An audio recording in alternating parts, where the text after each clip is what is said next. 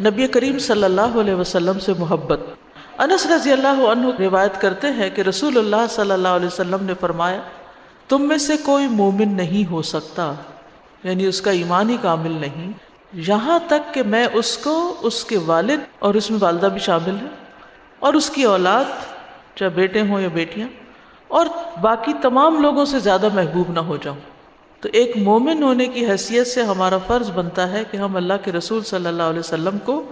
ہر رشتے سے بڑھ کر چاہنے والے ہوں۔ لیکن اس محبت کا مطلب کیا ہے؟ کرمانی کہتے ہیں کہ رسول اللہ صلی اللہ علیہ وسلم کی محبت کا مطلب آپ کی اطاعت کا ارادہ کرنا ہے، یعنی آپ کی محبت آپ کی اطاعت کا تقاضا کرتی ہے، اور آپ کی مخالفت کو ترک کر دینا ہے، اور یہ اسلام کے واجبات میں سے ہے۔ اور یہ حدیث جامع کلمات سے تعلق رکھتی ہے کیونکہ اس میں محبت کی تینوں قسموں کو جمع کر دیا گیا ہے۔ محبت کی تین قسمیں کون سی ہیں؟ نمبر ایک، محبت الاجلال، یعنی تعظیم کی محبت، کسی کی تعظیم کرنا اور اس وجہ سے اس سے محبت کرنا، جیسے والدین ہیں، اساتذہ ہیں، جن کو ہم اپنے بزرگوں کو بڑا سمجھتے ہیں، پھر ان سے محبت کرتے ہیں۔ محبت الشفقہ، شفقت اور رحمت کی محبت، جیسے والدین کو اولاد سے ہوتی ہے، بڑوں کو اپنے چھوٹوں سے ہوتی ہے، استادوں کو اپنے شاگردوں سے ہوتی ہے، یعنی شفقت کی وجہ سے، رحم کی وجہ سے۔ اور تیسرے ہے محبت المجانسہ، ہم جنس یعنی اپنے انسانوں سے۔ یہ محبت تمام لوگوں سے کی جاتی ہے، اور اس کے درجے ہوتے ہیں، کسی سے کم ہوتی ہے، کسی سے زیادہ ہوتی ہے، جیسے دوستوں سے محبت ہوتی ہے، خاندان برادری کے لوگوں سے محبت ہوتی ہے۔ تو نبی صلی اللہ علیہ وسلم کی محبت میں یہ تینوں چیزیں شامل ہوں گی، یعنی ساری محبتیں جمع ہوں گی وہاں، یعنی تمام انسانوں سے بھی بڑھ کے محبت کرنی ہے، اپنی اولاد سے بھی بڑھ کے محبت کرنی ہے، اور اپنے والدین سے بھی بڑھ کے یعنی بڑے ہوں، چھوٹے ہوں، برابر کے ہوں،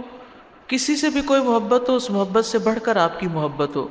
اور محبت کی سچائی کی دلیل کیا ہوتی ہے؟ کہ انسان محبوب کی رضا کی خاطر اپنی جان تک قربان کر دیتا ہے، اور محبوب کو اپنی ذات پر ترجیح دیتا ہے۔ نبی صلی اللہ علیہ وسلم کی محبت کے بارے میں قرآن مجید میں بھی آیات آتی ہیں، جیسے سورۃ التوبہ کی آیت نمبر 24، اے نبی صلی اللہ علیہ وسلم، آپ مسلمانوں سے کہہ دیجئے، اگر تمہیں اپنے باپ، اپنے بیٹے، اپنے بھائی، اپنی بیویاں، اپنے کنبے والے، اور وہ مال جو تم نے کمائے، اور تجارت جس کے مندہ پڑ جانے سے تم خوف کھاتے ہو، اور تمہارے مکان جو تمہیں بہت پسند ہیں، جن پہ تم راضی ہو گئے ہو، اللہ اور اس کے رسول اور اس کی راہ میں جہاد کرنے سے زیادہ محبوب ہیں، تو انتظار کرو یہاں تک کہ اللہ اپنا حکم لے آئے۔ اور اللہ نافرمان لوگوں کو ہدایت نہیں دیتا۔ تو اس سے کیا پتہ چلتا ہے کہ اللہ اور اس کے رسول اور اللہ کے راستے میں نکلنے کی جو فضیلت ہے یا جو محبت ہے، وہ دنیا کی ہر چیز سے زیادہ، ہر رشتے سے زیادہ، اور مال سے زیادہ، ہر وہ چیز جو ہماری دلچسپی کا باعث ہے، اس سے زیادہ ہونی چاہیے۔ کہ ہم کسی بھی چیز میں مشغول ہوں، جب اللہ اور اس کے رسول کی پکار آئے تو ہم ان چیزوں کو چھوڑ کے اٹھ جائیں، چاہے نماز کی پکار ہے، یا اللہ کے راستے میں نکلنے کی پکار ہے، یا کسی کام کا حکم دیا جا رہا ہے، یا کسی چیز سے روکا جا رہا ہے، تو اس چیز میں ہم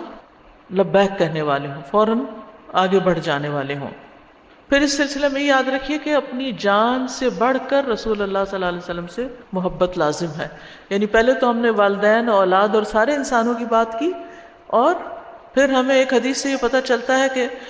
حضرت عمر رضی اللہ عنہ آپ کا ہاتھ پکڑے ہوئے تھے، تو عمر رضی اللہ عنہ نے عرض کیا، یا رسول اللہ صلی اللہ علیہ وسلم،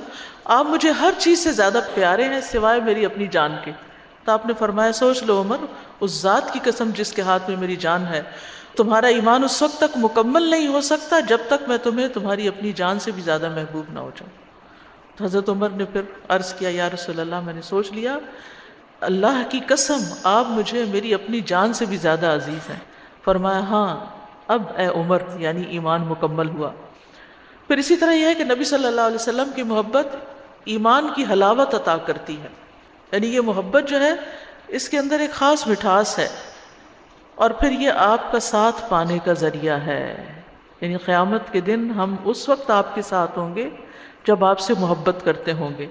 ابو ذر کہتے ہیں کہ میں نے عرض کیا، یا رسول اللہ، ایک آدمی کسی قوم سے محبت کرتا ہے لیکن ان کے اعمال کرنے کی قدرت نہیں رکھتا، تو آپ نے فرمایا، اے ابو ذر، آخرت میں تم اس کے ساتھ ہوگے جس سے تم محبت کرتے ہو۔ اور اس دن صحابہ کرام بہت زیادہ خوش ہو گئے، کیونکہ انہیں رسول اللہ صلی اللہ علیہ وسلم ہر چیز سے زیادہ محبوب تھے۔ اب نبی صلی اللہ علیہ وسلم کی محبت کی علامات کیا ہیں؟ وہ محبت سچی کیسے ہوگی؟ ہم اپنے اندر کس طرح اپنا احتساب کریں، اپنا جائزہ لیں کہ ہم محبت کرتے بھی ہیں کہ نہیں۔ اس میں پھر وہی بات، سب سے پہلی چیز آپ کا اتباع، آپ کی فٹ سٹیپس کو فالو کرنا، نہ ادھر ہونا نہ ادھر ہونا، اسی رستے کو اختیار کرنا جس کی طرف رسول اللہ صلی اللہ علیہ وسلم جا رہے ہیں۔ دوسری چیز، اس محبت کا تقاضا ہے کہ آپ کی عزت و توقیر کی جائے، یعنی یہ محبت ایسی نہیں کہ جیسے آپ کو اپنے بچوں سے ہوتی ہے اور آپ ان سے کھیل کود شروع کر دیتے ہیں، بلکہ اس محبت میں تعظیم ہے۔ پھر آپ کی خاطر جان مال قربان کرنا، جیسے حضرت ابو بکر ہیں۔ رسول اللہ صلی اللہ علیہ وسلم نے فرمایا، ابو بکر کے مال نے مجھے جتنا نفع پہنچایا اتنا کسی کے مال نے نفع نہیں پہنچایا۔ یہ سن کر ابو بکر رضی اللہ عنہ رونے لگ گئے، کہا اے اللہ کے رسول، میں اور میرا مال تو آپ ہی کا ہے۔ کیا آج ہم یہ کہہ سکتے ہیں کہ میں اور میرا مال تو آپ ہی کا ہے، کہ جس راستے میں آپ کہیں گے میں خرچ کرتا چلا جاؤں گا؟ یا پھر ہم دین کو الگ کیے ہوئے، دنیا کو الگ کیے ہوئے ہیں، دین میں چند ریچولز نبھا لیتے ہیں اور جہاں تک مال کا تعلق ہے تو وہ صرف اپنی خواہشات پر خرچ کرتے ہیں۔ تو صرف اپنی خواہشات پر خرچ کرتے رہنا اور زبانی کلامی محبت کے دعوے کرنا یہ کافی نہیں، بلکہ آپ کی سنتوں کی ترویج میں مال خرچ کرنا، آپ کے لائے ہوئے دین کو پھیلانے میں مال استعمال کرنا، یہ محبت کا تقاضا ہے۔ پھر ہے آپ کی سیرت پر چلنا، آپ کی سیرت کو اختیار کرنا۔ پھر ہر معاملے میں آپ کی اطاعت کرنا، چاہے نماز ہو چاہے حج ہو، لیکن یہ یاد رہے کہ آپ کی محبت میں غلو نہ ہو، یعنی بعض اوقات ہم جس سے محبت کرتے ہیں اس میں حد سے بڑھ جاتے ہیں، اور بعض کیسز میں نبی صلی اللہ علیہ وسلم کی محبت میں لوگوں نے جب کوئی ایسی بات کرنے کی کوشش کی کہ جس میں آپ کو آپ کے مقام سے آگے بڑھانے لگے تو آپ نے اس کی تردید کر دی۔ انس بن مالک کہتے ہیں کہ ایک شخص نے نبی صلی اللہ علیہ وسلم کو مخاطب کر کے کہا، اے محمد صلی اللہ علیہ وسلم، اے ہمارے سردار، اے ہمارے سردار کے بیٹے، اے ہمارے بہترین اور ہم میں سے بہترین کے بیٹے۔ تو رسول اللہ صلی اللہ علیہ وسلم نے فرمایا، اے لوگو، تقوی کو لازم کر لو، شیطان تمہارے ہوش گم نہ کرنے پائے۔ میں صرف محمد بن عبداللہ ہوں، اللہ کا بندہ، اللہ کا رسول ہوں۔ اللہ کی قسم مجھے یہ چیز پسند نہیں کہ تم مجھے میرے اس مرتبے سے بلند کرو جو اللہ عز و جل نے میرے لیے رکھا ہے۔ تو بعض اوقات ہم نعتوں وغیرہ میں اس طرح کے اشعار پڑھنے لگتے ہیں کہ جس میں آپ صلی اللہ علیہ وسلم کا مقام بعض اوقات نعوذ باللہ اللہ تعالیٰ کے مقام سے بھی آگے بڑھا دیتے ہیں، اور آپ کی قبر مبارک کا مقام عرش سے بھی آگے بڑھانے لگتے ہیں۔ تو یہ صریحاً شرک ہے اور بہت بڑی نافرمانی ہے، اور یہ محبت کا تقاضا نہیں بلکہ یہ غلو ہے، اور غلو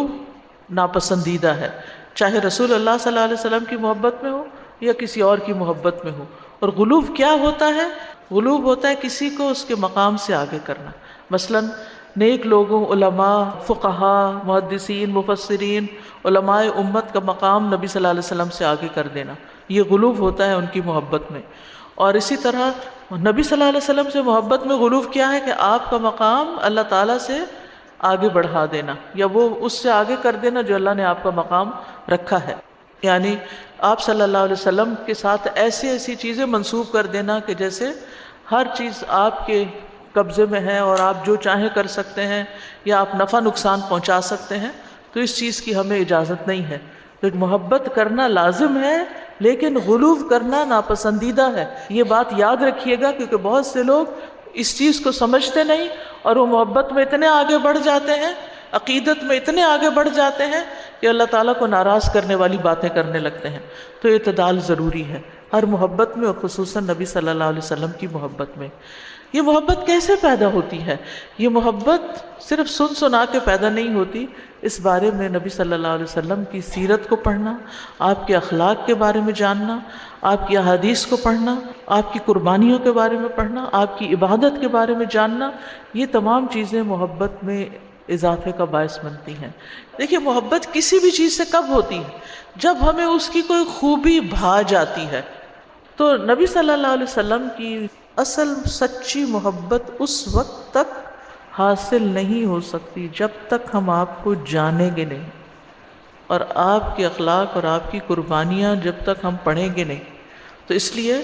سیرت کا مطالعہ کرتے رہنا، احادیث کو پڑھتے رہنا، ان میں غور و فکر کرنا، ان سے اسباق حاصل کرنا، ان کو اپنی عملی زندگی میں لانا، یہ دراصل آپ کی محبت کا تقاضا ہے اور اس سے محبت پیدا ہوگی. اس کے بغیر اگر ہم کہتے بھی ہیں تو اوپر اوپر سے. اور پھر یہ کہ درود شریف پڑھنا بھی بہت فائدہ مند ہوتا ہے، اور اگر اس کی کثرت کر دی جائے تو اس سے بھی دل کے اندر ایک خاص کیفیت آپ کے لیے پیدا ہوتی ہے. اور ویسے بھی دیکھیے درود شریف جو ہے وہ محبت کی وجہ سے ہی پڑھا جاتا ہے، صرف حکم سمجھ کے پڑھنا یا اپنے فائدے حاصل کرنے کے لیے. کیونکہ بہت سے لوگ درود شریف اس لیے پڑھتے ہیں کہ ان کے مسائل حل ہو جائیں گے. اچھی بات ہے، یعنی نبی صلی اللہ علیہ وسلم ہمارے محسن ہیں، ہم آپ کے لیے دعائیں کرتے ہیں، اس کے نتیجے میں ہم پر بھی رحمت آ جاتی ہے. لیکن صرف اس مقصد کے لیے درود نہیں پڑھنا چاہیے، بلکہ آپ کے احسانات کو یاد رکھتے ہوئے، آپ کا شکریہ ادا کرتے ہوئے آپ کے حق میں دعائیں خیر کرنی چاہیے. جن کے بارے میں فرشتے بھی درود پڑھتے ہیں اور ان کے لیے دعائیں خیر کرتے ہیں، اور اللہ تعالیٰ جن کا ذکر خیر ملائے اعلیٰ میں کرتے ہیں، پھر ان کے بارے میں ہمیں تو بہت زیادہ کرنا چاہیے، کیونکہ سب سے زیادہ تو احسان آپ کا بنی نوع انسان پر ہے، ہم پر ہے.